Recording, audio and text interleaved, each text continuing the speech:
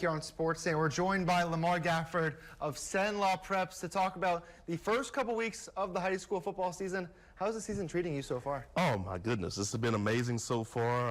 I know last week was a little bit hot out there, but hey, our action is starting to get hot and heavy and everything else like that with 3 weeks of the season. So it's been pretty exciting so far. And I feel like we have to start with the hot topic, the hot game this weekend. Ash beating Destrehan at home 45-27.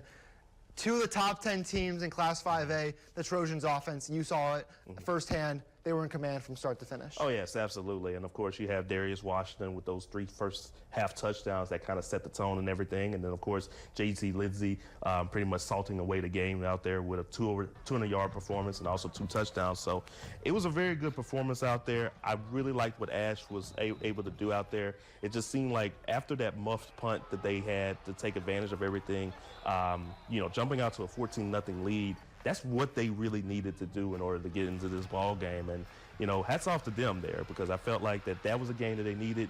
And also that was a statement win for not just only them, but also for the rest of Central Louisiana as well. Yeah, and I love that you say that, because I talked to JT on Monday, and he said to me, he's like, because we're from Cenla, people aren't really giving us a chance. They're counting us out against a New Orleans powerhouse like Destrehan. You come out, you score 45 points. What do you think the ceiling for this team is? Because, after a win like that, they can clearly go to the Superdome and win a championship. But obviously, if you talk to Coach Bachman, he's not ready to talk about that kind of stuff yet. So what do you think the ceiling for this team could be? I think that is the ceiling for this team. They can go to this championship for their chances. We saw them last year. I mean, they played against, went to Brother Martin. They beat them. Almost an onside kick away from possibly beating Edna Carr. So they've shown that they could go up to New Orleans, go on the road, play against those best teams out there. And then, of course, now you got Destrehan as well, and you beat them there. And, yeah, granted, Destrehan, they were out some guys and everything, but they're still going to be a team that's going to be around at the end of the day. And I think that's something there that they really needed to show here. And, I mean, that's a team that's going to be one of the best teams in the non-select class with them and Ruston as well.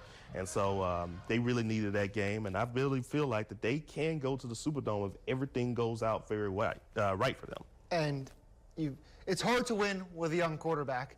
Ash has 2 of them, and they're playing at a very high level with Carson Sellers and Max Gaziat. They're exchanging drives. They're both delivering the ball down the field very consistently. In all 3 games, they've scored more than 40 points in each of them. How have you kind of evaluated their performance so far through the first 3 games? It's a pretty nice problem to have. Yeah.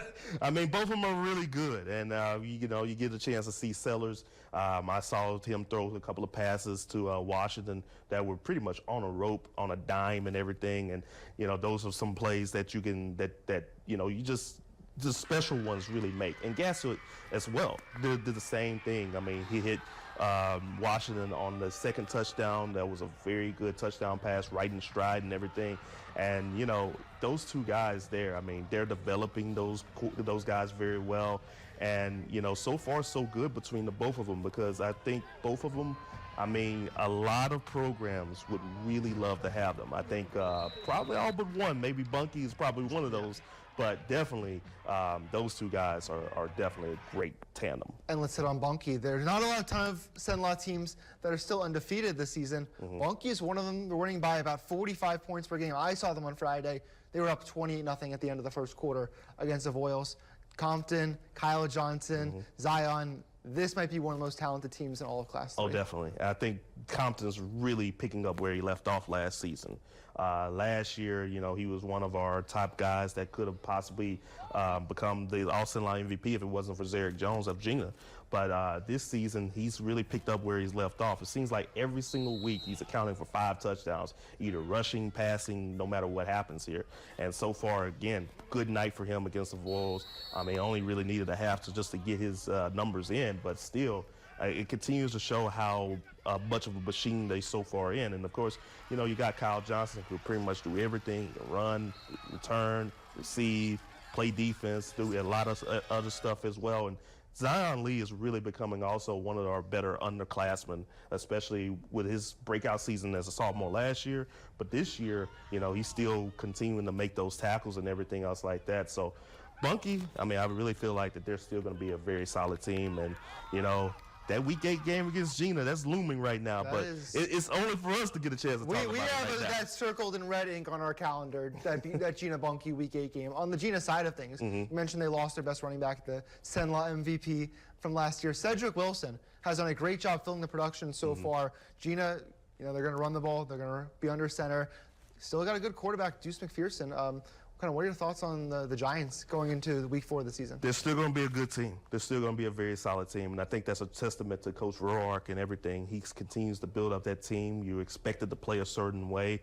You expected to line up a certain way when you're at Gina, and he's got that program now into not just as a team, but the program believes, and that's the most important thing there. And tough loss against St. Fred's, where you lose at the last second with a field goal there.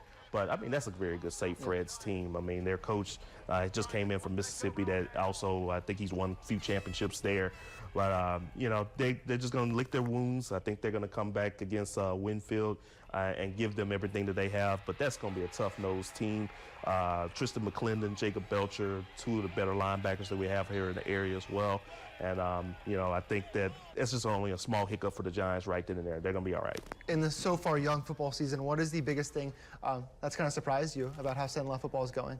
So far with Pineville going off to a 2-1 start, I think the way that they won against Tioga kind of shocked a lot of people around here. Of course, that's a rivalry game there, but, I really like what their offense has kind of done so far this season. I know in Week 1, when they played against New Iberia, I know that was a loss, but I saw some things that I didn't see when I saw them last year. And, of course, they like to go up a little bit up-tempo now, and I think that's one of the things that Coach has said that he wanted to do, kind of create a little bit more tempo here. Yeah, we're still going to run the ball. Of course, Aiden Tate with 400 yards and all that. That does a lot there. But, they want to be a little bit up-tempo when to do that because, they're in their district right there with Ash, with Neville, with Ruston and all them. And they have to feel like that, we gotta create some tempo in order and all that and be a better conditioned team if we're going to have a good chance of possibly competing against those teams. So and it all starts at the quarterback position. Carter Smith, another sophomore, really doing a great job kind of commanding that offense. I'll get you out on this. We talked about biggest surprise. What are the biggest looming questions kind of as we head to this second quarter of the high school football season that you're going to keep your eyes on? Man, that's going to be interesting. How does Tioga bounce back? I think that's going to be one of those things. I don't think that nobody expected them to probably be 0-3 at this point right now. I know Coach Cook is going to have those guys, still well coached no matter what and everything. And they've been in ball games. That's the thing. They've been in ball games. But I think that he's going to, he's going to get them to probably settle down a little bit and get them, focus a little bit here once they get into district play. Because in their district, I think anybody can possibly win that district. Wassman's probably the favorite, but you also got teams like Peabody, obviously, and of course that's another question team right now too. How do they bounce back from the 0-3? But also, you got Grant and West Washington and Franklin Parish. I think that's still up in the air, and if they can get they can kind of right the ship these next 2 weeks here and get some momentum going in district play. Anything can happen. We're excited to see how it all unfolds. Lamar, appreciate you for coming in studio. Excited to talk more ball with you as the season goes on. Hey, thank y'all so much here. I can't wait to talk more ball with y'all. And coming right back here on Sportsnite, we have Athlete of the Week. That's right here after the break.